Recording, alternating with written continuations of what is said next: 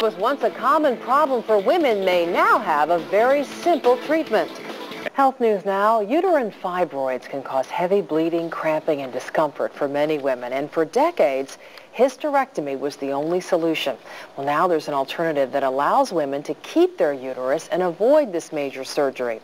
Channel 3 Eyewitness News anchor Dawn Hasbrook has the story. Something is not right here. 6 months ago, 39-year-old Michelle Otero's period was so heavy, she called her OB/GYN. The doctor said the source of the bleeding was fibroids, or benign tumors in her uterus. Usually, a hysterectomy is the only permanent cure. But for Michelle, who jogs and coaches basketball, major surgery was out of the question. I could not see myself laid up for 8 weeks with no activity. So Michelle turned to a procedure that kills the fibroids without weeks of recovery time.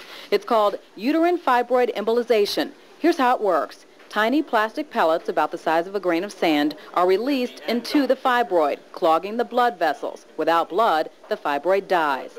In this x-ray taken before Michelle's embolization, you can see the vessels carrying blood throughout the fibroid. In this one taken afterward, the vessels are clear. Women can experience heavy cramping immediately after the procedure. Other side effects include fatigue and discharge. Infection is the biggest risk, but it happens in less than 1% of women. Dr. Mel Rosenblatt says recovery time is minimal. Many patients want to be back at work within a few days, and with this procedure, it can happen. Michelle says she is happy to have that option. It was my choice. Dawn Hasbrook, Channel 3 Eyewitness News. Now, we want to note that this procedure is not recommended for women who still would like to bear children because it could affect their fertility.